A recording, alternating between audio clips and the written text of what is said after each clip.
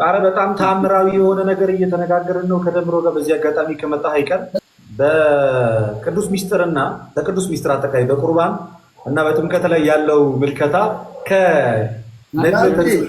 በኋላ ተለውጧል። ሪስፔክት አደረገኛለህ አታደርገኝም? ወንድሜ ጋዲሳ ኦፍኮርስ እናደርጋለን። እንዴ የጌታ ስጋና ደም አማናዊ ነው አይደለም?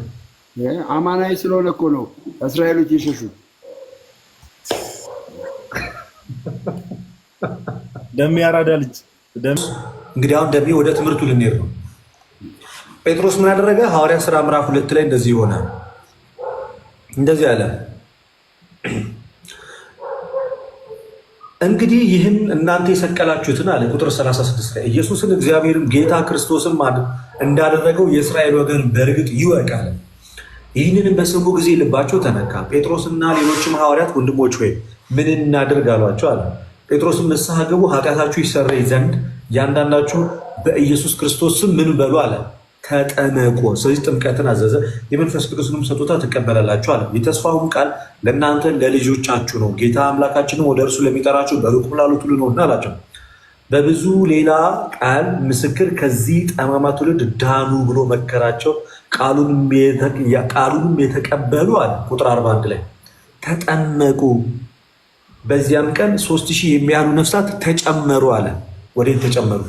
አያረለ የምትጨመርበት ቦታ ያስፈልጋል። ተጠምቀ ወዴት ተጨመሩ? ወደ ሐዋርያት ህብረት፣ ወደ ቤተ ክርስቲያን ተጨመሩ። ወደ ቤተ ክርስቲያን ተጨመሩ። ስለዚህ ወደ ቤተ ክርስቲያን ህብረት ተጨመሩ። ምን አለ ከዛም በኋላ ሐዋርያትም በሐዋርያትም ትምህርትና ይላል በህብረት ሉክ ደሚ በሐዋርያት ትምህርትና በህብረት እንጀራውንም በመቁረስ በጸሎት ይተጉ ነበር። የት? ወደ ተጨመሩበት ህብረት። ነገር ግን በሰው ሁሉ ፍርሃት ሆነ፣ በሐዋርያትም እጅ ብዙ ድንቅ ድንቅ ምልክት ተደረገ። ያመኑትም ሁሉ አብሮ ነበሩ ይላል። በየቀኑም በአንድ ልብ ሆነው በመቅደስ እየተጉ በቤታቸው እንጀራን ይቆርሱ ነበር። በአንድ ልብ ሆኖ በመቅደስ እየተጉ በቤታቸውም እንጀራን ይቆርሱ ነበር። በማናቸውም ነገር ከዛ በደስታን በጥሩ ልብ ምግባቸውንም ይመገቡ ነበር፣ እግዚአብሔርንም እያመሰገኑ በዚህ ሁሉ ፊት ሞገስ ነበራቸው። ጌታም የሚድኑትን ዕለት ተዕለት በእነርሱ ላይ ይጨምር ነበር። ጌታ የሚድኑትን ዕለት ተዕለት ወዴት ነው የሚጨምረው? በእነሱ እጅ ወደ ቤተ ክርስቲያን ነበር የሚጨምረው። ስለዚህ መድኃኒ የሚገኘው ክርስቶስ ኢየሱስ ከዋጃት ከቅድስት ቤተ ክርስቲያን እንደሆነ፣ የዳኑ ክርስቲያኖችም ደግሞ የሚጨመሩት ወደ ቤተ ክርስቲያን እንደሆነ ግልጽ አድርጎ እየተናገረ ነው ማለት ነው። ግልጽ አድርጎ እየተናገረ ነው።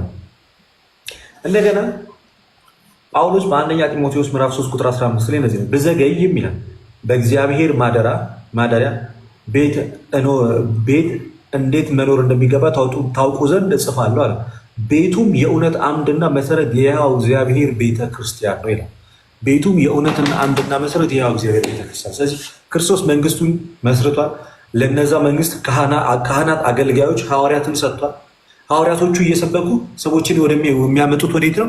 ጌታ መንፈስ ቅዱስን ወደ አወረደበት፣ ሐዋርያት በአንዲት ልብ ወደ ተሰበሰቡባት ወደዚያች ህብረት ነው። ከዚች ህብረት ውጪ የሆነ ከነሱ ጋርም የሚመሳሰልም ከሆነ በሀሳብም የተለያየ በጥቂቱም ይሁን ለመመሳሰል የሞከረ ካለ እውነተኛውን ድነትን ያገኘ አይደለም። ምክንያቱም መዳን ያለው በጌታ ቤተክርስቲያን ውስጥ ስለሆነ። ስለዚህ ፕሮቴስታንቶች ወንድሞቻችን አልዳኑም የምንለው አንደኛ በሁሉም ዘንድ ተመሳሳይነት ነገር ስለሌለ፣ የመጀመሪያው ሐዋርያዊ ትምህርትን ስላልያዙ፣ አንድ ቅዱስ ሥጋውና ክቡር ደሙ ያድናል ያሉትም እንኳን ቢሆኑ እንደው ምልኮ የጌታ ሥጋና ደም የዘላለም ሕይወት ይሰጣልን ጥምቀት ያድናል የሚሉትም እንኳን ቢሆኑ እውነተኛውን ሰንሰለቱን የጠበቀውን በሐዋርያት ቅብብሎሽ የመጣውን ስልጣነ ክህነትና ቤተክርስቲያን ከዛ ውጪ ስለሆኑ በእነሱም ዘንድ እውነተኛው የጸጋ መውረድ ስለማይገኝበት የመንፈስ ቅዱስን ሙላት በዛ በኩል ስለሌለ መዳንን አላገኙም። መዳን ያለው በጌታ ቤተክርስቲያን ውስጥ፣ ሰው የሚጠመቀው በኢየሱስ ቤተክርስቲያን ውስጥ ነው። ከዚህ አንጻር አልዳኑ። ወንጌሉን ይህንን የያዙትን እውነት መጽሐፍ ቅዱስ ላይ አረዳዳቸውን አስተካክለው በትክክለኛውን አረዳድ ይዘው ከዛ በጌታ አካል በሆነችው ቤተክርስቲያን በሐዋርያዊ ቅብብሎሽ በመጣው ክህነት ተጠምቀው የጌታ ሥጋና ደም መቀበል አለባቸው። አሁን ከመጨረሻው ልጀምርልህና አሁን ክህነት የሚለው ቃል ከማቴዎስ ወንጌል ምዕራፍ 16 ቁጥር 18 ነው የሚጀምረው አለ ክህነት የሚለው መነሻ አድርገን የምንይዘው እሱ ነው። ልክ ነው። ስለዚህ አሁን ክህነት አንተ ካህን አይደለም አንተ እኔ ካህን ስባልና የእግዚአብሔር ቤተ መቅደስ አገልጋይ ካህናት ሲባሉ እኔ ካህን ብባል ራሴን ንጹህ መስዋዕትና የምስጋናን መስዋዕት ለእግዚአብሔር ስለምሰዋው ካህን እባላለሁ። የአዲስ ኪዳን ካህን ነኝ። ግን ካህን የተባልኩበት ምክንያት የንጉሥ ክርስቶስ ልጅ ስለሆንኩኝ ለንጉሥ ክርስቶስ ደግሞ የምስጋና መስዋዕት ከአንደበቴ ስለምሰዋለት ካህን እባላለሁ። የምስጋና መስዋዕት ስለምሰዋ። እነ ጴጥሮስ ግን ካህናት ቢባሉ ወደ ዓለም ልኮ አጥምቁ ስላላቸው ነው። አጥምቁ ያለው 12ቱን ሐዋርያት ነው እንጂ ዓለምን ሁሉ አይደለም ያለው። የሚያጠምቁትም ሐዋርያት የሾሟቸው እንጂ ከዛ ውጭ ሲያጠምቁም አልተመለከትም። ስለዚህ የሐዋርያቱ ስልጣነ ክህነት ክርስቶስ በመስቀል ላይ የሰራውን የማዳን ስራ ውክልና ተሰጥቷቸው የሚያስቀጥሉ ሎሌዎች ወይም አገልጋዮች ናቸው። እኔ ከእናንተ ጋር ነኝ እስከ ዓለም ፍጻሜ እንዳላቸው እያሳመኑ እያጠመቁ ወደ ጌታ ህብረት የሚጨምሩ ናቸው ማለት ነው። ልደት ምን አለ መሰለህ አሁን ክህነት የሚለው ቃል ተቀበለ እንደዚህ ማለት ቅብብሎች ሲኖረው መቋረጥ ነበረበት። ለሐዋርያቶቹ ብቻ መቋረጥ የለበትም። ስለዚህ ይህ የማቴዎስ ወንጌል ምዕራፍ 28 እኔ እናንተን አይመለከትም። ስልጣን ተሰጥቶኛል። የማቴዎስ ወንጌል የሚመለከታቸው የትኞቹ መሰለ? ሐዋርያት የሾሟቸው የቤተክርስቲያን አገልጋዮች፣ ለምሳሌ አሁን አባቶች፣ ካህናት፣ እነዚህ ጳጳሳት በሰዓቱ ለምሳሌ አሁን በቀላሉ ልንገርህ፣ ጌታ ማንን ላከ? ሾሞ ሐዋርያቶቹን ላከ። ከዛ ምንድን ያላቸው? ዮሐንስ ወንጌል ምዕራፍ 20 ከቁጥር 19 ጀምሮ እፍ አለባቸው መንፈስ ቅዱስንም ሞላባቸው አለ። ኃጢአቱን ይቅር ያላችሁት ይቅር ይባልለታል፣ የያዛችሁት ይያዝበታል ያለው ይህን ስልጣን የሰጠው ለማ ብቻ ነው? በሰዓቱ በዛ ሰዓት ላይ ለሐዋርያቶች ነው የተነገረው እንጂ ይህንን ነገር እናንተ ደግሞ በእኔ ትምህርት የሚያምኑት ሁሉ ይህንን ነገር ያድርጉ እንደዛ አላላቸው። ያደረገው ቆሟል አይደለም። ሐዋርያቶቹ ለሚሾሙት ብቻ ነው ይሄ ነገር የሚቀጥለው። በቀላሉ ላስረዳ። ከጴጥሮስ ከይሁዳ መውጣት በኋላ ሐዋርያ ተደርጎ የተሾመው ማን ነው? ማትያስን የሾመው ማን ነው? መንፈስ ቅዱስ። ጴጥሮስ በመንፈስ ቅዱስ አይ ጴጥሮስ ነው እኮ እጣ አውጥተው እጣ ነው ያወጡት። ማን ነው እጁን የጫነበት? እሱማ ሲጸልይማ ጴጥሮስ ነው የጫነው። ሁሉም ሰው ቢጸልይ ለምሳሌ እጅ ጭኖ መንፈስ ቅዱስ አይሞላም በሰዓቱ ከሐዋርያት ውጭ። ስለዚህ ምን አደረገ? ጴጥሮስ እጁን ጫነበትና ሾሞ አይደለ? ጴጥሮስ ይህንን መሾም የቻለው አስቀድሞ እሱ ከማን ስለተሾመ ነው? ከኢየሱስ ክርስቶስ ማቴዎስ 16 ላይ ስለነገረው አንተ የሕያው የእግዚአብሔር ልጅ ነው ስላለው ጎበዝ። ስለዚህ ሰንሰለቱን አየኸው እንዴት እንደሄደ? ማንን ሾመ? ጌታ ጴጥሮስን ሾመው። ጴጥሮስ ማንን ሾመ? ማትያስን። በማን ኃይል? በእግዚአብሔር ኃይል። ስለዚህ እንደዚህ ሰንሰለቱን ጠብቆ በሚመጣው መንገድ በመጣው ስልጣነ ክህነት የሚጠመቁት ተጠማቂያኖች ናቸው የእግዚአብሔር ልጅ እናያገኙት። ይሄ ደግሞ አሁን ሹመቱ ለምሳሌ እዛ ጋር መንፈስ ቅዱስን ጠየቁ። መንፈስ ቅዱስን ከጠየቁ በኋላ ሁለት ሰው ነው አለም። በዛ ሰዓት ሁለት ናቸው ሁለት ናቸው። ሁለት ሰው እዛ ቦታ ላይ ያው ሁለት ሰው ነው የተመረጡት። ከዛ ከሁለቱ ላይ እጣው በማትያስ ላይ ወደቀ ይላል። ከዛ በማትያስ ላይ ሲወድቅ ጴጥሮስ ምን አደረገ? ከዛ ጸልይለት ይላል። የእግዚአብሔር ሐሳብ እጁን ጭኖ ጸልይለት ይላል። በዛ ሰዓት ላይ ጸልይለት ይላል። አሁን ምንድነው እኔ ደግሞ የምልህ ምንድነው ይህ ነገር ቀጣይነት እንዳለው ለምሳሌ ያክል ልክ እንደዚህ አይነት ሹመት ከዚህ ሌላ አናገኝም። ሲሿሿሙ አናገኝም። በመጽሐፍ ቅዱስ ታሪክ ሐዋርያት መጽሐፉ የተጻፈው እንደምታውቀው ሐዋርያት በነበሩበት ዘመን ስለሆነ መጽሐፍ ቅዱሱ የሚነግረን ከአንዱ ወደ አንዱ ሲቀባበሉ ነው። ከዛ ከአንዱ ወደ አንዱ ሲቀባበሉ ይነግረንና ታሪክ ደግሞ ምን ብሎ ይነግረናል? የቤተክርስቲያን ታሪክ ለምሳሌ እንትናን ታውቀዋለህ? ቅዱስ ዮሐንስ ወንጌላዊን ታውቀዋለህ አይደል? የእሱ ደቀ መዝሙር ለምሳሌ ፖሊካርፐስ ይባላል። የእሱ ደቀ መዝሙር ፖሊካርፐስ ይባላል። ፖሊካርፐስን የሾመው ማን ነው? ዮሐንስ ነው። ክፍልፍሉ እንዴት መሰለህ ደሜ? ሐዋርያት አሉ በመጀመሪያ ከዚያ ደግሞ ሐዋርያ አበው ወይንም ደግሞ አፖስቶሊክ ፋዘርስ የሚባሉ አሉ። እነዚህ ምን ማለት እንደሆነ ታውቃለህ? በሐዋርያት ዘመን የነበሩ አባቶች። ለምሳሌ ዮሐንስ ወንጌላዊ በነበር 12ቱ ማለት ነው፣ ከበጎ ሐዋርያት ሌላ ማለት ነው። 12ቱን ሐዋርያት በአይናቸው ያዩ የቤተክርስቲያን አባቶች አፖስቶሊክ ፋዘርስ ይባላሉ። 12ቱን ሐዋርያት በአይናቸው የተመለከቱት በአይናቸው። ስለዚህ ኢቫዲየስም አለ ማለት ነው እዚህ ውስጥ። ኢቮዲዮስ አለ። ኢቮዲዮስ እንደውም ማለት ነው ቅዱስ ኢግናጢየስ ለአንጾኪያ ቤተክርስቲያን በጻፈው መልእክቱ ላይ እሱ የአንጾኪያ ቤተክርስቲያን ፓስተር ነው፣ እኛን እንደተቀበላችሁ እሱንም ተቀበሉት ብሎ ኢቮዲዮስን ጽፏል። ለምሳሌ ራሱ ቅዱስ ኢግናጢዮስ ማለት የቅዱስ ጴጥሮስ ደቀ መዝሙር ነው። ሐዋርያቶች 12 ሐዋርያት ያ የጴጥሮስ ደቀ መዝሙር ነው። ኦኬ። ስለዚህ ይሄ ሐዋርያው የእንትኑ የክህነቱ ይዘት ያለው ይሄ ነው ማለት ነው። ስለዚህ ይሄ ካህን ነው የሚያጠምቀው። ስለዚህ እዚህ እንትን ውስጥ በትምህርት የተመሳሰሉ ሰዎች ለምንድን ነው ሪጀክት የምናደርጋቸው ታዲያ? ማንን ነው ሪጀክት ያደረገው? አሁን ቅድም ምንድን ነው ያልከው? በጥምቀትና በቁርባን እንኳን ቢገናኙ አሉ ሌላ መሰረታዊ በጥምቀትና በቁርባን እንኳን ብንመሳሰል በሌላ መሰረታዊ ነገር ሐዋርያዊ ቅብብሎች ስለማይኖራቸው ሪጀክት እናደርጋቸዋለን፣ አልዳኑም ብለን እንናገራለን አልክ።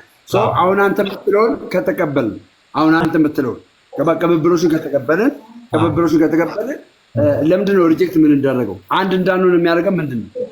ደሜ በጣም አሪፍ ጥያቄ። እነዚህ አብያተ ክርስቲያናት በሐዋርያዊ ቅብብሎች የመጣው ነው የክህነት ትምህርት ይቀበሉታል? አይቀበሉትም። ይቀበላሉ? አይቀበሉም። ሁላችንም ካህናት ነን። ለብቻው አጥምቆ ለብቻው ሚስጥራትን ፈጽሞ ሾሞ ቀድሶ የሚያቆርብ ካህን በሐዋርያዊ ሰንሰለት የመጣ ክህነት አለ ብለው አያምኑም እነሱ። ሐዋርያዊ ሰንሰለትን የጠበቀን የቤተክርስቲያንን ክህነት ካልጠበቅ አንድ ምንም ቅዱስ ቁርባን ያድናል ብትልም ምን አይደለም አንድ አይደለም። ስለዚህ መጀመሪያው ልዩነታችን በቅብብሎሽ የመጣውን አሁን ቄስ አለ ለምሳሌ ያክል በመካነ ኢየሱስ ቄስ አለ። ማን የሾመው? ያ ቄስ አለ። ቄስ አለ። ማን የሾመው ነው? ማን ሾመው? አሁን ትምህርቱ አሁን ለምሳሌ ያክል ምን አለ መሰለህ፣ አሁን ከስፔሻሊ 325 ላይ አለ።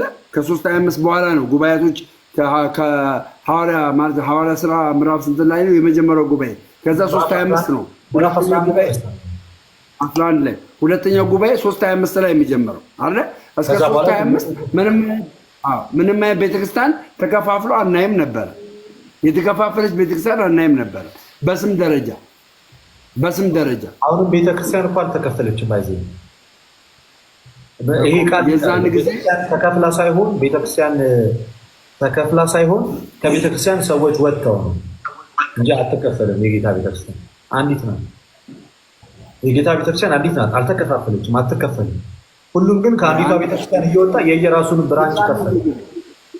እሱ ልክ ነህ እኮ አስተምሮቱ እኮ አለው፣ ቼን አለው፣ አስተምሮቱ ቅብብሎሽ አለው።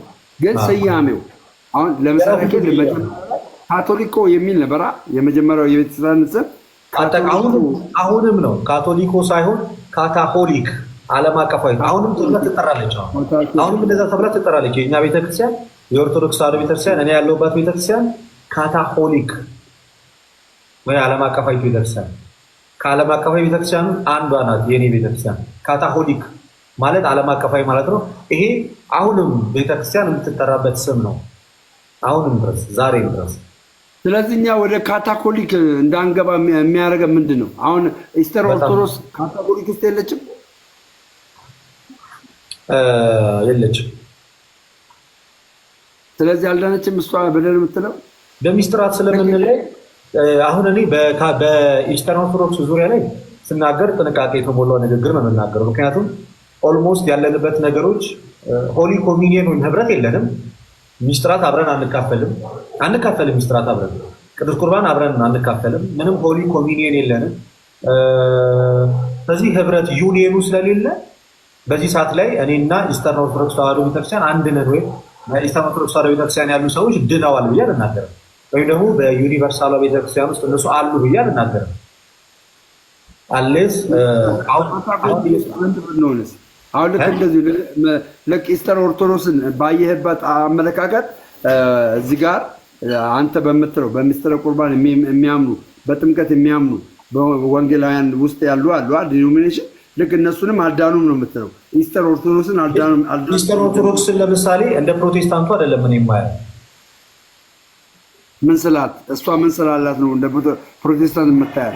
ታቦት ማላያት ክህነት፣ ስልጣነ ክህነት፣ አፖስቶሊክ ሰክሴሽን ታራሱ ከሆነ ድናልቻ አልዳነችም ለምን ትላለህ? አውያ ልመጣልህ ነው። ምን ደግሞ እንዳለያየ ልነግርህ ነው። ሶፋር እንግዲህ በድፍረት መናገር ቢከብደኝም ኢንቫሊድ የሆነ አፖስቶሊክ ሰክሴሽን አላት ብዬ አላምንም። ቫሊድ የሆነ አፖስቶሊክ ሰክሴሽን አላት ብዬ ነው ማምነው በማመን ደረጃ። ግን ደግሞ በጉባኤ ስለሆነ የተለያየ ነው ከነሱ ጋር በጉባኤ ገብቷል። በጉባኤ ነው የተለያየ። በጉባኤ አንድ ጉባኤ ያስፈልጋል የሚባል አንድ ጉባኤ ያስፈልጋል የሚባል አሁን ይኸኛው ወደ ካታኮሊክ እንድንገባ እኛስ ጉባኤ ቢኖርልን ኖሮ እንደ ኢስተር ኦርቶዶክስ ወደ አንድነቱ የምንመጣ ይመስላል። እናንተ ወደዛ ለመምጣት ምን መቀበል ይኖርባቸዋል መሰላችሁ? አንደኛ ሐዋርያት ትምህርትንና ትውፊትን መቀበል ይኖርባቸዋል። ትራዲሽንን፣ ትምህርታችሁን ማስተካከል አለባቸው። ለምሳሌ በዓለም አቀፋዊቷ ጉባኤ በዛች ቤተክርስቲያን ውስጥ መጽሐፍ ቅዱስ ብቻ፣ ጸጋ ብቻ፣ እምነት ብቻ የሚሉ ትምህርቶች አይታወቁም። ብቻን እናንሳው ብቻ እናንሳውና ክብር ለእግዚአብሔር ይገባዋል አይገባውም? ኮምፕሊትሊ ይገባዋል። ለእግዚአብሔር ክብር የምንሰጠው ለሰው እንሰጠዋለን። ለእግዚአብሔር ለሰው አይሰጥም። የእግዚአብሔር ክብር ለሰው አይሰጥም።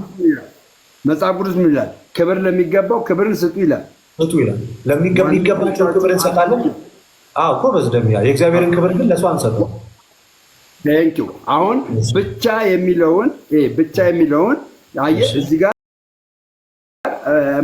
የምናስገባው ለምን መሰለህ? ለእግዚአብሔር የምንሰጠውን ለሰው አንሰጥም ከማለት አኳያ ቢሆንስ? እሱ ብዙ ደምዬ የኔ ወንድም ሶላ ዲያግሎሪያ ያን ያህል እንደዚህ ኢሹ አይደለም። ብዙ ያን ያህል ሆነስትሊ ስፒኪንግ ወደ ሌሎቹ ሂድና ጸጋ ብቻ እሱ ትምህርት አሁን ጸጋ ብቻ የሚለው አሁን ጸጋ ብቻን እናንሳውና ጸጋ አሁን ጸጋው በእምነት አድኗቸዋል ይላል ኤፌሶ 2:8 ላይ አለ። ይሄ አንተ ትቀበላለህ።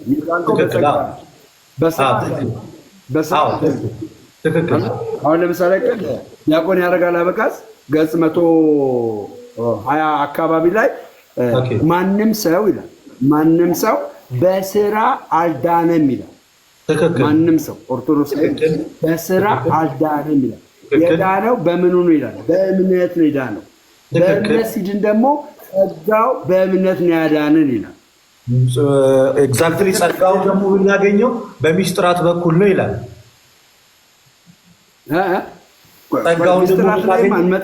ሚስጥራት በኩል ነው። ሚስጥራት ላይ እንመጣለን። ጸጋው በእምነት ካዳነን ያለ እምነት ሚስጥራት መፈጸም ትችላለህ? አይቻልም። ስለዚህ ያለ እምነት ሚስጥራትን ካልፈጸምክ ሚስጥራትን እንድትፈጽም እገዛ ያደረገልህ በተዘዋዋሪ ሜን ፖይንቱ ምንድን ነው? ጸጋው ነው ማለት ነው። ጸጋው በእምነት አዳነን። ጸጋው በእምነት አዳነን። እምነታችን ደግሞ ሚስጥራትን እንድንፈጽም አደረገን። ጎበዝ። ኤግዛክትሊ ጸጋው በእምነት አዳነን።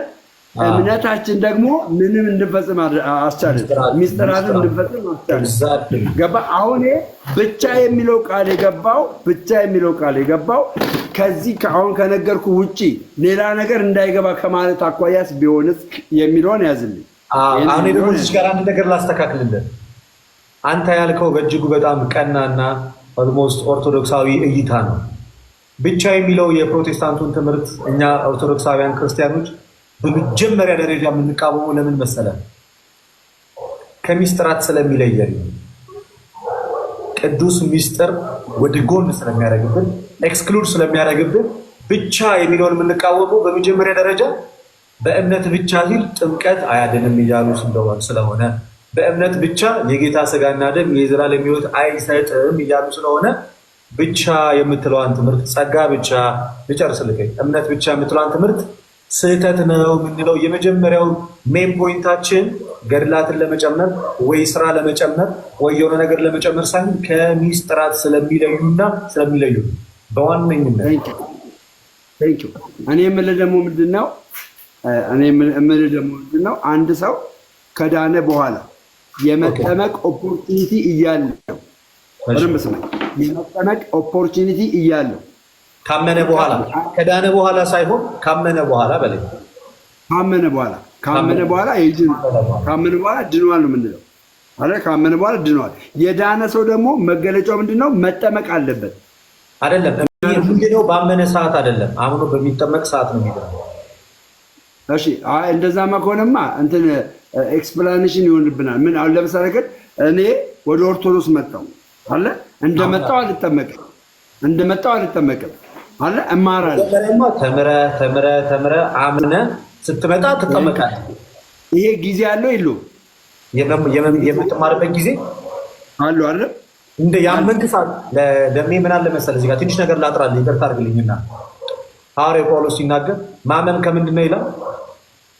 እምነት ከመስማት ነው፣ መስማትም ከእግዚአብሔር ቃል ነው ይላል። መስማትስ በምንድን ነው? በእግዚአብሔር ቃል ነው። ስለዚህ ያለ አስተማሪስ እንዴት ይሰማሉ? ካልሰሙስ እንዴት ያምናሉ? አንተ እምነት የሚለው ደረጃ ላይ ለመድረስ አስቀድመህ ምንድን ነው ማድረግ ያለብህ? አንተ የምሰማው ወንጌል ካመንክ በኋላ ምንም ሌላ ወደዛ ወደዚህ የሚያስብል ነገር የለም። ራይት አወይ ወደ ጥምቀት ነው የምትሄደው ኢሚዲየትሊ። ምንድነው መሰለህ አሁን ለማመን ጊዜ አለው። ጊዜው ያለው ካመንክ በኋላ ባለው ሁኔታ ውስጥ አይደለም። ጊዜ ያለው ከማመን በፊት ለማመን የምታደርገው ሂደት ነው። ጊዜው ወይንም ታይም ፍሬሙ ያለው ካመንክ በኋላ ሳይሆን ወደ እምነት መድረክ፣ ወደ እምነት ጎዳና፣ ወደ ማመን ልብ በመድረስ ባለው ላይ የዛሬ ጊዜ አለ። ካመንክ በኋላ ግን አማኝ በቃ አመንክ፣ የተማርከውን አመንክ፣ የሥላሴን ትምህርት አመንክ፣ የጥምቀትን አመንክ፣ የቅዱስ ቁርባን አመንክ። ቀጣዩ ስቴፕ ገና ይቆይ ምናምን አይደለም የምትባል ወደ ጥምቀት ነው የምትሄደው። ኦኬ አንተ ስነግረኝ አሁን እኔ እንደዚህ ነው አይደል? አሁን እኔ እንደዚህ ኦርቶዶክስ አይደለሁም እኔ አይደለም። እሺ አሁን እኔ ኦርቶዶክስ አይደለሁም። አሁን የምትነግረኝ ትምህርቶች እንዳለ ተቀብያለሁ። አመንክ? አሁን አዎ ተቀብያለሁ። መሰረታዊ ትምህርቶች አመንክ? እሺ አመንክ? ተቀብያለሁ። እሺ ተቀበልክ ወይንስ አመንክ? አመንኩ እንጂ በቃ አሁን እኮ አመንኩ። በቃ የዘላለም ሕይወት የሚያስገኘው አሁን አንተ በነገርከኝ በእግዚአብሔር ቃል እውነት እንደሆነ አመንኩ። አንዴ አምኜ ልክ አሁን እሑድ ለምሳሌ አሁን ዛሬ ነው ያመንኩት። ኦርቶዶክስ እሑድ ላይ አታጠምቀኝም፣ እቆያለሁ። ቀኖና አለ፣ ቀኖና ይሰጠኛል አይደል? ሚስጥራትን እንድካፈል የጌታ እራትን እንደወስድ የሚፈጅብኝ ቀን አለ። ኢሚዲየትሊ የሆነ ነገር የለም። ምሳሌዎችንም መስጠት እንችላለን። ምናልባት በመሀል ላይ የምታነሳቸው እነዚህ ትንንሽ እኔ አሁን በመሀል ጊዜና ታይም አለ ስትል ረዘም ያለ ጊዜ አለ እያልክ ከሆነ ብዬ ነው እንደዚህ አይነት መልስ ግልጽ አድርገህ። ይህ ሰውዬ የኦርቶዶክስን አስተምሮ ተቀበለ። ይሄ ሰውዬ ተቀበለ። ከዛ በኋላ እዚህ ጋር ነው ጥምቀቱ እዚህ ጋር ነው። ከዚህ እዚህ ሲሄድ ማለት ነው ጋፕ አለው፣ ርዝመት አለው፣ የተወሰነ አለ። አምኗል። ይሄ ሰውዬ ጥምቀት እንደሚያድነው አምኗል። መሀል ላይ አምኖ ከኦርቶዶክስ ሳይወጣ እግዚአብሔርን ሳይገድ ኢየሱስን ሳይገድ ሞት ቀደሙ። ይሄ ሰውዬ ይድናል አይድንም? ይሄ ሰውዬ ይድናል አይድንም? እኔ ይህን ለምሳሌ አሁን የጠየቀኝ ጥያቄ ከምን አንጻር የሚታይ ነው መሰለ ደሜዋ፣ ይሄ ኤክሰፕሽናል የሆነ ኬዝ ኤክሰፕሽናል የሆነ ኬዝ ነው የጠየቀኝና እንደኔ እኔ በኋላ ጥምቀት አያስፈልገኝም ቢል ኦፖርቹኒቲው ያለው ጥምቀት አያስፈልገኝም ቢል ይሄ ሰው አይድንም። ለምን አይድንም መሰለ? የመጀመሪያው የእግዚአብሔርን ትእዛዝ ይሽረዋል። የእግዚአብሔርን ትእዛዝ ግን ደግሞ በዚህ ጋር አንድ ነገር እያጠራን እንድንሄድ መጠመቅ የሚችለው ሰውዬ ከተጠመቀ በኋላ ነው የሚድነው ወይንስ ባመነ ሰዓት ነው የሚድነው ነው የምትለው? አሁን እኮ መለስክልኝ እኮ አንተ እኮ ይሄ እኮ ኤክሴፕሽናል ነው አልከኝ። አሁን ኤክሴፕሽናሊቲውንማ እኔ ምን አልኩ መሰለ? ይሄ አምኖ የሆነ ሰው አምኖ ባለበት ሰዓት ላይ ሊጠመቅ በሚያደርገው ጉዞ ቢሞት አልኩኝ ጥምቀት ጋር ሳይደርስ። ይሄ እንግዲህ ከሱ ቁጥጥር ውጪ የሆነ ነገር ነው። እሱ ምንም ተዘጋጅቶ እየሄደ ያለ ሰው ነው ያለው። ከሱ ቁጥጥር ውጪ በሆነ ካታስትሮፊክ ድንገተኛ በሆነ ነገር ይሄ ሰውዬ ሞተ። ስለዚህ እሱ ምንም ማድረግ አይችልም። ልሙት ብሎ አይደለም የሄደው፣ ልጠመቅ ብሎ ነው የሄደው። ሞት ቀደመው። ስለዚህ ይህንን እግዚአብሔር ፍትሐዊ ፍርዱን ይሰጠዋል አልኩ። ግን ይድናል የሚል አይድንም፣ እነዚህ አይነት ሰዎች አይድኑም ብዬ አይደለም የማምነው። አሁን ይህም ሰው ወደዚህኛው ልምጣልና አንተ አመንክ እንበል፣ ኮምፕሊትሊ አመንክ፣ ጨረስ። ነገ ቤተክርስቲያን ይዤ ሄድኩ እና ተጠመቅ፣ ቅዱስ ሥጋውና ክቡር ደሙንም ተቀበልክ፣ በመንፈስ ቅዱስ ታተምክ። የትኛው ሰዓት ላይ የዳንክ ይመስላል? ኦኬ፣ አሁን አንተ እንግዲህ ድነትን ሂደታዊ ነው ያደረግከው። በአሁን አነጋገር ድነትን ሂደታዊ ያደረግከው። አሁን ድነት ሂደታዊ እንዳልሆነ ደግሞ የነገርኩህ ምንድን ነው? ይሄ ሰውዬ አሁን እኔ የመጠመቅ ቅዱስ ምስጢራትን የመካፈል ፍላጎቱ አለኝ። ደሜዋ ይህ የዚህ ሰውዬ ታሪክ ሁሌ ሀፐን የሚያደርግ ነው? ከስንት አንዴ ሀፐን የሚያደርግ ነገር ነው? እሱማ ከስንት አንዴ ነው የሚያደርገው። ስለዚህ ሞርኛ ማውራት ያለብን ዴይሊ ሀፕን ስለሚያደርገው ወይም ስለተገለጠው ነው ወይም ከስንት አንዴ ድንገት ብቅ ስለሚለው ነው? ይህማ ይድናል። ይሄማ ግዴታው ነው። ተጠምቆ ሚስጥራትን ተካፍሎ ይድናል፣ ጨርሶ ይድናል። ያ ብቻ አይደለም፣ ሚስጥራትን ተካፍሎ ተጠምቆ ቅዱስ ሥጋውና ቅዱስ ደሙን ወስዶ እምነቱን ካልጠበቀ አይድንም። አይድንም። ይሄ ብቻ ዋስትና የሆነው የግድ እምነቱን መጠበቅ መቻል አለበት እኮ። በስራ መገለጥ አለበት። ያለ ስራ እምነት ያለ ስራ ምን ያለ ስለሆነ የሞተ ስለሆነ አሁን ምስጢራትን ስለተካፈለ ገባ ስለተጠመቀ ኖ አይድንም። ምን ማድረግ አለበት? ላይ ፊልጵስዩስ 2:12 ላይ ነው 2:11 ላይ በፍርሃትና በመንቀጥቀጥ ሆናችሁ መዳናችሁን ፈጽሙ። በመፍራትና በመንቀጥቀጥ ማንማችን በመፍራትና በመንቀጥቀጥ ምስጢራትን ከወሰድክ በኋላ ነው የምትፈጽመው። ኤግዛክትሊ yes that's true። ስለዚህ ይህንን ነገር አልቀበልም የሚል ወንጌል አማኝ ከሆነ ማለት ነው ጌታ ምስክሬ አልዳንም።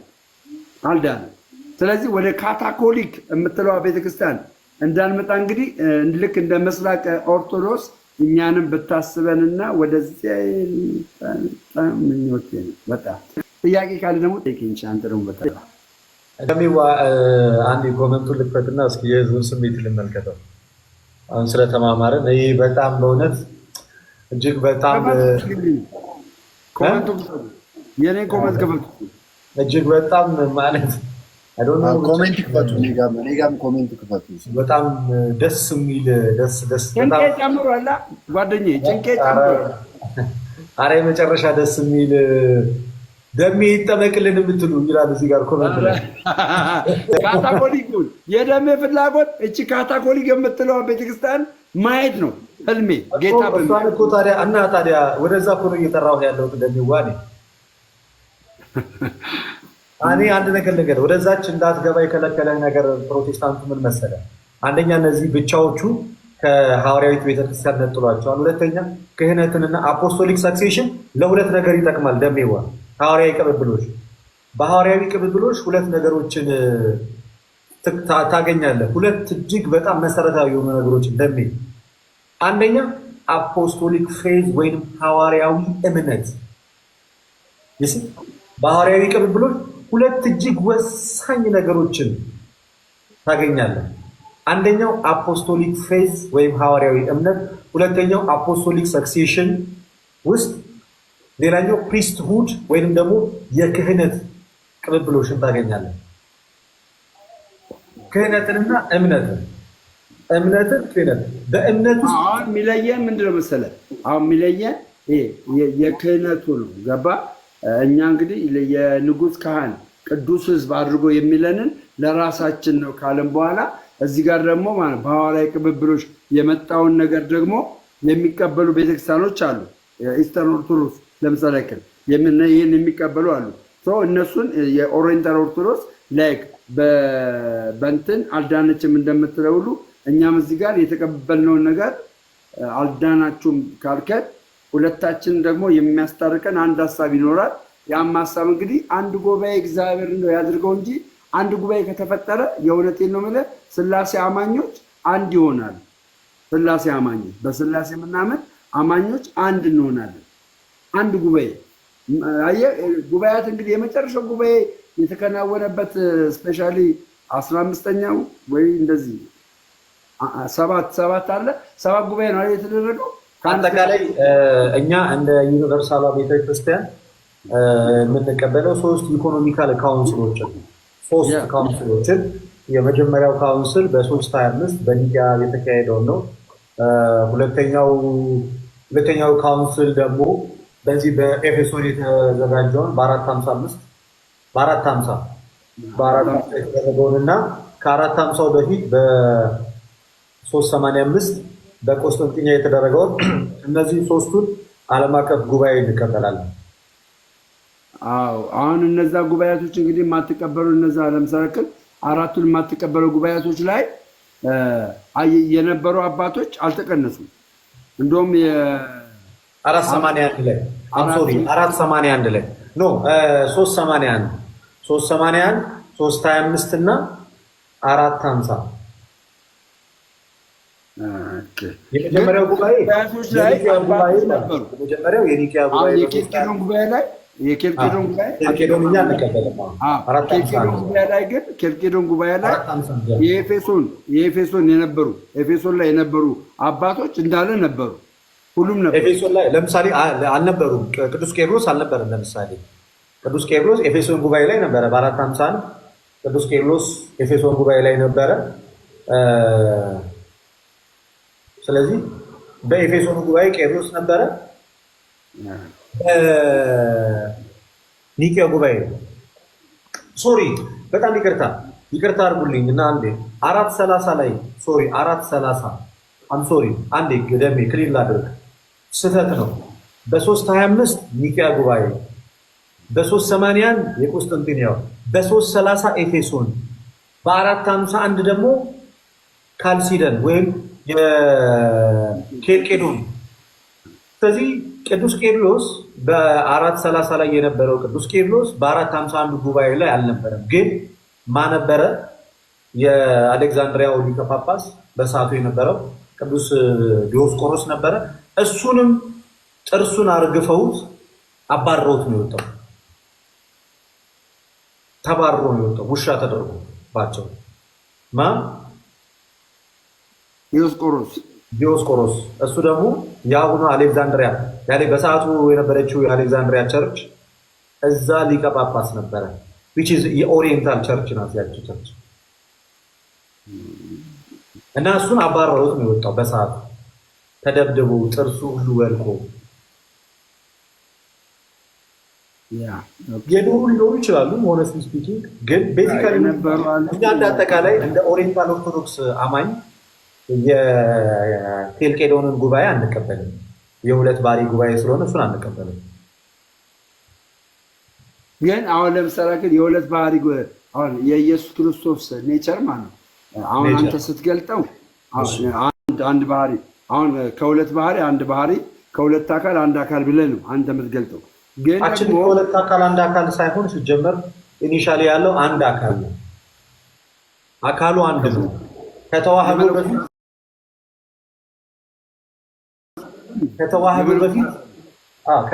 ከተዋህዶ ነው። ከመለኮት ጋር ባህሪ ነው የተዋህዶ። የሰው ባህሪ ነው የተዋህዶ። ተቀላቀለ አትልም። አንዴ ተዋህደ ስትል እኮ ተቀላቀለ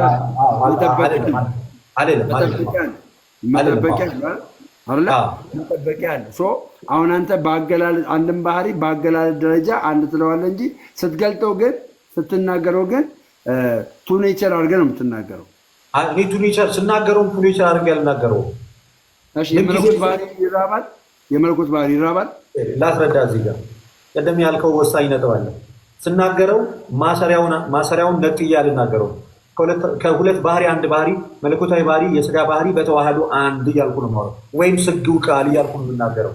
ስግው ቃል በቃ ደሞስት አኪውሬት የሆነ አገላለጽ ለክርስቶስ ስግው ቃል የሚለው መነጣጠልን የሚያጠፋ መቀላቀልን የሚያጠፋ ፍጹም ተዋህዶን አንድነትን የሚያሳይ ነገር ነው። ስለዚህ እኛ ስንናገር ሁለቱ ባህሪያቶች ጠፉ አይደለም እንለው ኦፍ ቱ ኔቸር ከሁለት ባህሪ ወደ አንድ ባህሪ ዋን ኮምፖዚት ኔቸር ነው ያለው። ዋን ኮምፖዚት ሲንግል ክርስቶስ ውስጥ እኮ ሲንግል ኔቸር አይደለም ያለው ባይዘ ክርስቶስ ውስጥ ከሁለት ባህሪ ወይንም ኦፍ ቱ ኔቸርስ ተብሎ ሲነገር ከዛ መጨረሻ ላይ ስታስገም ሲንግል ኔቸር አይደለም ክርስቶስ ውስጥ ያለው ኮምፖዚት የሆነ ኔቸር ነው ያለው። የተዋሃደ አንድ የሆነ ባህሪ እንጂ ነጠላ አንድ ሳይሆን ክርስቶስ ውስጥ ያለው ነጠላ አንድ ባህሪ ሳይሆን ክርስቶስ ውስጥ ያለው ኮምፖዚት የሆነ የተዋሃደ አንድ ባህሪ ነው ያለው። ምን ያለ የተዋሃደ ግን አንድ ባህሪ የማይጠፋፋ ግን የተዋሃደ አንድ ባህሪ ነው ክርስቶስ ውስጥ ያለው እንጂ ነጠላ አንድ ባህሪ አይደለም ክርስቶስ ውስጥ ያለው። ነጠላ የመለኮት ባህሪ ነጠላ የሰው ባህሪ አይደለም። ባለመለያየት ባለመጠፋፋት from two nature to one nature from two of two natures of two natures ከሁለት ባህሪ ወደ አንድ ባህሪ ነው የመጣውና ይሄ ነገር ነጠላ ክርስቶስ ነጠላ ባህሪ የለም። ነጠላ ባህሪ አይደለም ያለው ኮምፖዚት የሆነ አንድ ኔቸር ነው ያለው። በተዋህዶ የሆነ አንድ ባህሪ ነው ያለው። የተዋሃደ አንድ ባህሪ ነው ያለው እንጂ ነጠላ አንድ ባህሪ አይደለም ክርስቶስ ውስጥ ያለው። የተዋሃደ አንድ ባህሪ ነው ያለው። ጉድ ያው በቃ ላይክ አሁን ይሄንን አስተምሮ እንግዲህ ኢስተር ኦርቶዶክስ ቱ ኔቸር ትላለች እንጂ ስትናገር አንድ ባህሪ ብላ የምትናገር እሷ አንድ ባህሪ የሚለውን ቃል አትጠቀምም። ኢስተር ኦርቶዶክስ ይሄኛ የምንለው ያለመለያየት፣ ያለመነጣጠል፣ ያለመጠፋፋት፣ ያለመደበላለቅ ምናምን ትልና ቃሉን ስትጠቀም ሁለት ኔቸር የሚለውን ቱ ኔቸርስ የሚለውን ትጠቀማለች። እኛ ያለመለያየት፣ ያለመቀላቀል፣ ያለመጠፋፋት ትልና ዋን ኔቸር እንላለን። ዋን ኔቸር አንድ ባህሪ ብለን እናገራለን። ኢስተር ኦርቶዶክስ ደግሞ ያለመጠፋፋት፣ ያለመቀላቀል ትልና ከዛ ምን ብላ ትናገራለች መሰለ? አንድ ባህሪ ብላ ትናገራለች። ሁለት ባህሪ ብላ ትናገራለች። እኛ ግን እንደዛ አንልም። እኛ እንደው ምንድነው ያለመጠፋፋት፣ ያለመቀላቀል፣ ያለመደበላለቅ ምናምን ብለን ግን አንድ ባህሪ ብለን የምንናገረው። አረብስ ሪጀክት አደርጋለሁ ብዬ ነው። ምን ይሄ አረ ጀለስ ኢንቫይት አድርጎኝ ነው ሪጀክት አደርጋለሁ ብዬ። እኔ እስልምና ላይ ነው እየገባሁ ያለው ጭራሽ ሌላ ታሪክ ይሄ ነው ቁርአን የአምላክ ቃል ነው በሚለው እየገባሁ ነበር። ለተሻ ይቅርታ አቋረጥኩ። ልደቴ ግሽ ነው። ሰላም ብያለሁ።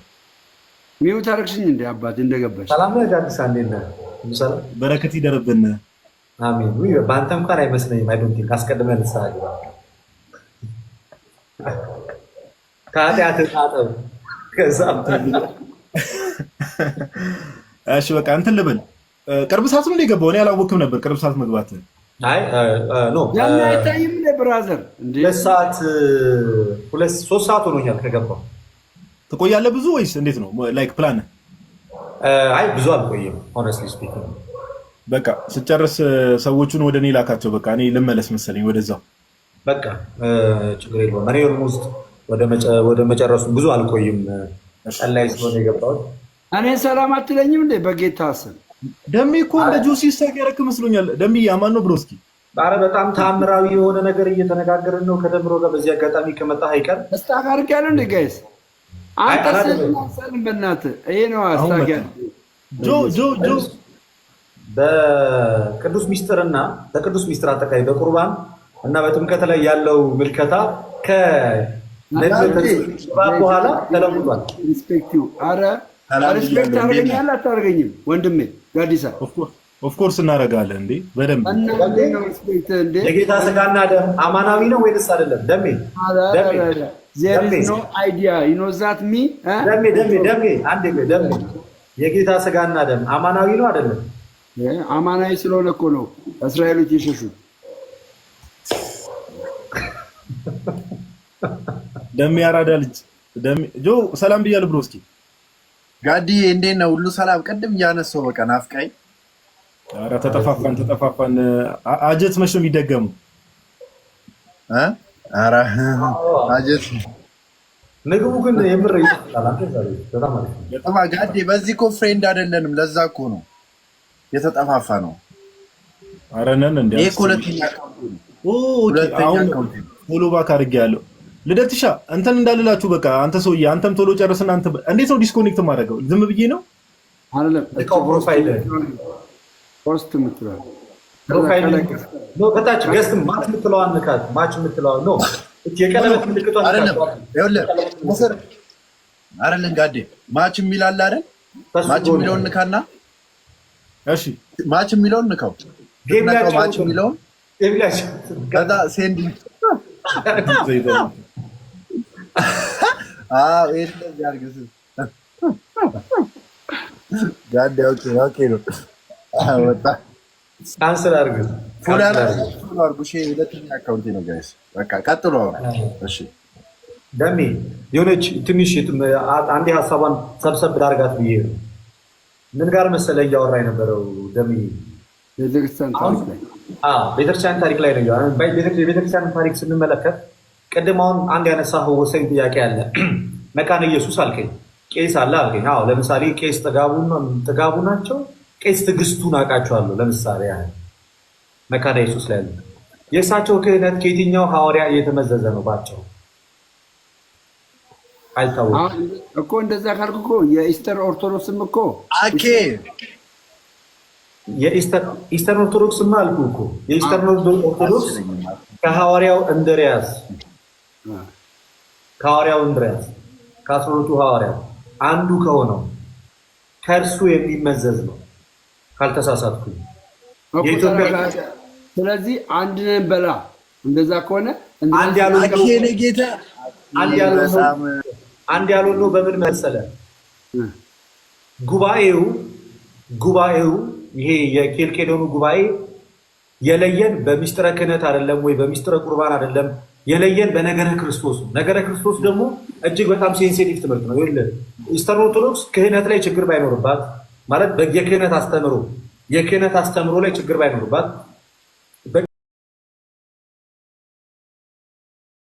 ቅዱስ ቁርባን ላይ ያለ ትምህርት ላይ አስተምሮ ችግር ባይኖርባትም ግን በነገረ ክርስቶስ ላይ ያላት አስተምሮ ስለተለያየን አንዲቷ የተቃረንባት ትምህርት ሁሉንም ነው ይዛ የምትሄደው። ውስጥ አንዷ የተለያየንባት ትምህርት ያቺ አንዷ የተለያየንባት ትምህርት በጉባኤ ደረጃ ስለሆነ የተለያየ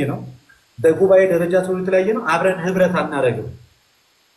አብረን ህብረት ካላደረግን ደግሞ ምንም እንኳን በቁርባን ላይ ያላቸው እምነት በክህነት ላይ ያላቸው እምነት እንዴ ሚስጥራቱ ሁሉ ለምሳሌ ሚስጥረ ሜሮን እያንዳንዱ ነገር እኮ ይቀበላል። በቃ ኦንሊ ቲንግ ያልኩህ እኮ አንድና አንድ የለያየን ነገር ቢኖር የክርስቶስ ባህሪ ነው። እሱም እኮ አልኩህ ደምዬ እግዚአብሔር የተመሰገነው ሶፋር በጣም ወደ ጥሩ ሁኔታ እየመጣ ነው ያለው። እግዚአብሔር የተመሰገነ ይሁን። ወደ በጣም ጥሩ ወደሆነ ሁኔታ ነው ያለው። ወደ የሚመጣው ይሄ አሁን እኛና ኢስተርንና እኛ ጋር ያለው ነገር ተደጋጋሚ ኢንተርናል የሆኑ ኮሚኒኬሽኖች ተደርገዋል። ኦልሞስት መተማመን ደረጃ ላይ ደርሰናል።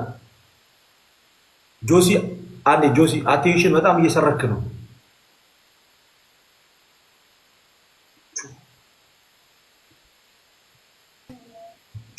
አቴንሽን እየሰረክብን ነው። ይቅርታ አኬ መጥቶ ሰላም እያልኩት ስለነበር ይቅርታ፣ በጣም ይቅርታ። እና እሺ በቃ ችግር የለም። እና ደሜ በተደረጉት ውይይቶች በሊቃውንቶች ደረጃ በተደረጉ ውይይቶች ሶፋር ያለው ልዩነት የቃላት ልዩነት ነው ተብሎ ስለዚህ የቀረው ነገር ምንድን ነው? በዓለም አቀፍ ጉባኤ ስለሆነ የተለያየ ነው። አንድም ልንሆን የምንችለው አንድ ዓለም አቀፍ ጉባኤ ሀፕን ሲያደርግ እሱ ሀፕን ያደርጋል ብለን እናምናለን። በአንድ ጥላ ቤተክርስቲያን ውስጥ ለመሆን ድጋሚ አንድ ዓለም አቀፍ ወይም ኢኮኖሚካል ካውንስል ያስፈልጋል። በዛ አግሪ ማድረግ መቻል። ከዛ ያ ከሆነ ማን ነው የሚጠመቀው? ኖ መጠመቅ አይደለም እኮ ያልኩት፣ መጠመቅ አይደለም ያልኩት። ስለዚህ ህብረት ሲደረግ እነሱ ጋር ያለውን ጥምቀት ትቀበላላችሁ። ኮምፕሊትሊ አሁን ስለዚህ አሁን ከኛ ጋር ራሱ ከሆነ ልዩነቱ ክህነት እኮ ነው። አሁንም አንተ ክህነት ብቻ አይደለም ደምዬ ሐዋርያዊ እምነት እኮ አንዱ ክህነት እኮ ነው እኮ ክህነት ብቻ አይደለም። አፖስቶሊክ ሰክሴሽን የሚለው ሐሳብ ውስጥ ክህነት ብቻ አይደለም ያለው። እምነትም አለ። ሐዋርያዊ እምነት ከሐዋርያት ጀምሮ በቤተክርስቲያን ውስጥ ተጠብቆ የመጣው እምነት አለ። ያ ምንድን ነው? ያ እምነት ለምሳሌ ያ እምነት ሃይማኖት የምንለው በስላሴ በነገር ወደሚለው እኮ ነው። አንመጣም ቢሉስ ኖ አይ አሁንማ ኦልሞስት ዲስከሽን ላይ ያለው ይሆናል በቅርብ። ኦኬ አሁን ይሄኛው አሁን ዋን ኔቸር ለምሳሌ ዋን ኔቸር መጠበቂያ አለው ለላይ አሁን ቅድም ጥሩ ነገር ብለሃል። ምን ነጠላ ባህሪ ክርስቶስ የለውም ብለሃል። ነጠላ ባህሪ ነጠላ ባህሪ የለውም ክርስቶስ ነጠላ ባህሪ የለውም። ስለዚህ ዞሮ ዞሮ ነጠላ ከሌለ ምንድን ነው ያለው ማለት ነው? ቱ ነው ያለው ማለት ሁለት ነው ያለው ማለት ነው። ሁለትም አይደለም ያለው። ስለዚህ ነጠላ አለው ብለሃል። ነጠላም አይደለም ሁለትም አይደለም። ሌላ ሶስተኛ አማራጭ አለ። ኦኬ ምንድን እሱ? የተዋሃደ አንድ ባህሪ እኮ ተዋሃደ የሚለው ቃል መቀላቀልን አያመጣም። ለዛ እኮ ነው እኮ ተዋህዶ የሚለው ቃል ሁለቱ ባህሪያቶች ሁለትም አልሆኑም አልጠፉምም። ተዋህዶ የሚለው ቃል ሁለት ናቸው እንዳትል ተዋህዶ ይላል። አንድ ነው እንዳትል ተዋህዶ የሚለው ቃል የሁለት ነገር ወደ አንድ መምጣትን የሚይዝ ቃል ነው። ስለዚህ ሆነ የሚለው ዮሐንስ ወንጌል ምዕራፍ 1:14 ላይ ሆነ የሚለው ተዋህደ ማለት ነው።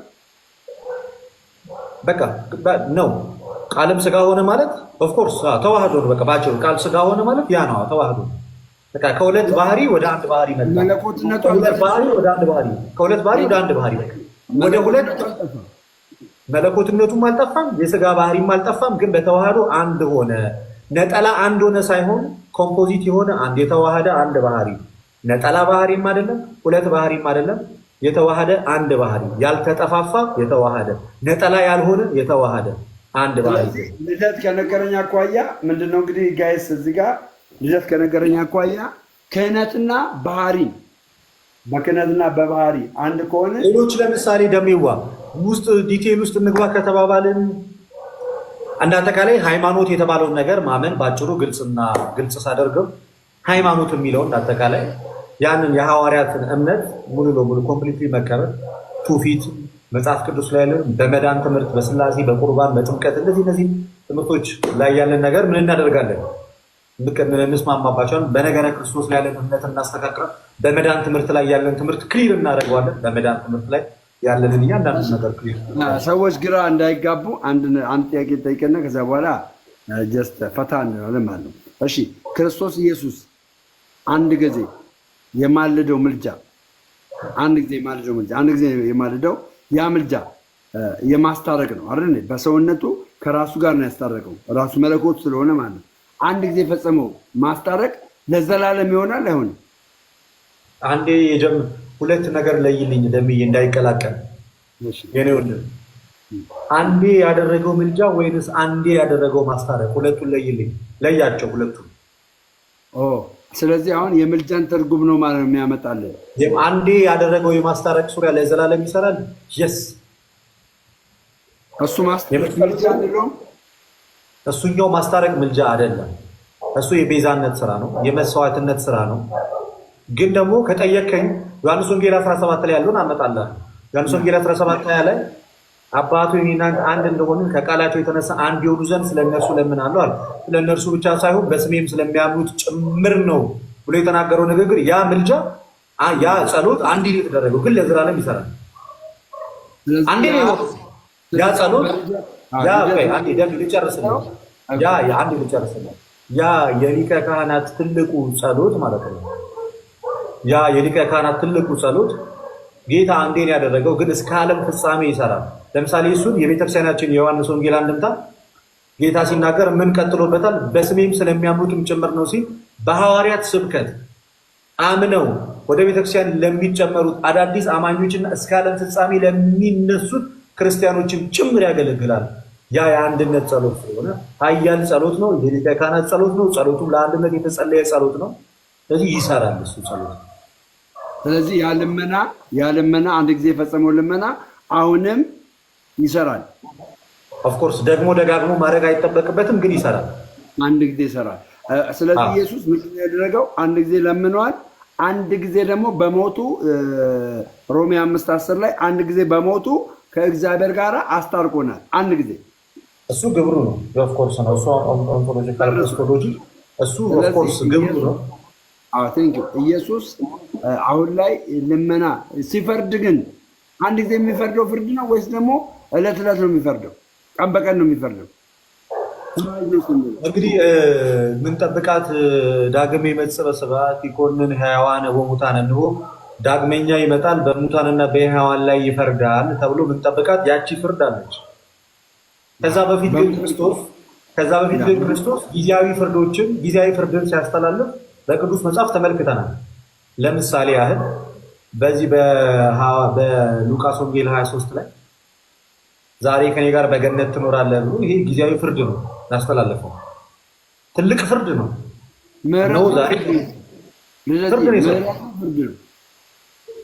ፍርድ ስንል ምን መሰለ፣ አሁን ጭንቅላታችን መስተካከል ያለበት ነገር ምን መሰለ፣ ፍርድ ሲባል ሁልጊዜ ኔጌቲቭ ነገር ላይ ብቻ መፍረድ፣ ፈረደበትና ተፈረደለት የሚባል ሀሳቦች አሉ። ለምሳሌ ለአንድ ሰው ሲፈረድለት ምህረት ነው፣ ሲፈረድበት ደግሞ ኩነኔ ነው። ስለዚህ ለዛ በቀኝ ለተሰቀለው ተፈረደለት። ምን የሚል ፍርድ ተፈረደለት? የኩነኔ ፍርድ ሳይሆን የነፃ መውጣት ፍርድ ነው። የምህረት ፍርድ ነው። ስለዚህ የኩነኔ ፍርድ አይደለም አለ። ለምሳሌ ጌታ አሜዚንግ። እኔ በዚህ አሁን ሰዎች ሁላችሁም እዚህ ጋር ስሙ። ሰዎች የሚረዱት አረዳድ ምን መሰለ፣ ፈረደ ሲባል ወደ ሞት ወይም ደግሞ የኩነኔ ፍርድ የሚመስላቸው ሰዎች አሉ። የኢየሱስ ፍርድ አንተ እንዳልከው ደግሞ የምህረት ፍርድ ከሆነ ደግሞ እዚህ ማጅን የሚገርም አሜዚንግ። ሌላ ጥያቄ አለ? ቴንኪው ደሜ። አንድ ሰው እናስገባና ጁስ እንጫወታ። በጣም በነገራችን ላይ እኔ አንድ ነገር ንገርህ ልደት፣ አንድ ነገር ንገርህ። አሁን ለምሳሌ ግሸን ማርያም ሄደሃል። እዛም የነበሩ ብዙ ሰዎች አሉ፣ ብሮስኪ ብዙ ሰዎች አሉ። እና ቲም አዋቅርና ማለት የእውነቴን ነው ቲም አዋቅርና ኦርቶዶክሳውያንን የማንቃት ስራ የማንቃት ስራ። ለምን ኦርቶዶክሳውያን በተለያዩ ስፍራዎች ማዕተባቸውን አድርገው በተለያዩ እግዚአብሔር በማይከብርበት ስፍራ ለምን ይገኛሉ? አየህ፣ የተማሩ የበሰሉ አስተማሪዎች ቢኖሩና ልክ አሁን ሙስሊሞች ይወጣሉ ጎዳና ላይ፣ እኛ ወንጌላውያን አማኞች ጎዳና ላይ እንወጣለን። ገባ? ኦርቶዶክሳውያን ልጆቻቸውን ወጥተው ያው ባለፈው እንደውም ምን ብዬ ነበር መሰለ፣ እኔ እንደውም ያው የልብሰ ክህነት የሚባለው አላ። እርግጥ እኔ መልበስ አልችልም። ለምን? ቀኖና ስለሆነ እኔ ያው መናፍቅ ነኝ፣ ኦርቶዶክስ አይደለም እና ይሄ መልበስ አልችልም። መልበስ ግን ብችል ማለት የእውነት ኦርቶዶክሳውያንን አነቃቸው ነበር ጌታ በሚያውቀው። ለምን ኦርቶዶክሳውያን የማይገባ ስፍራ ይገባሉ? አሉ እኮ ጴንጤዎችም እኮ የሉም እያልኩ አለ። ግን እንደዚህ አይነት የጎዳና ላይ ስራ ቢሰራ ምን ይመስላል? ኦርቶዶክሳውያን አሪፍ ሀሳብ ነው። አሁን ከእናንተ ጋር እንደወጣው አንድ ማስጀምራት ቻሌንጅ አለች። አሁን ከእናንተ ከወጣው በኋላ አንድ ማስጀምራት ቻሌንጅ አለች እና በጣም አሪፍ ሀሳብ ነው ያቀረብከው። ደግሞ እውነቱን ለመናገር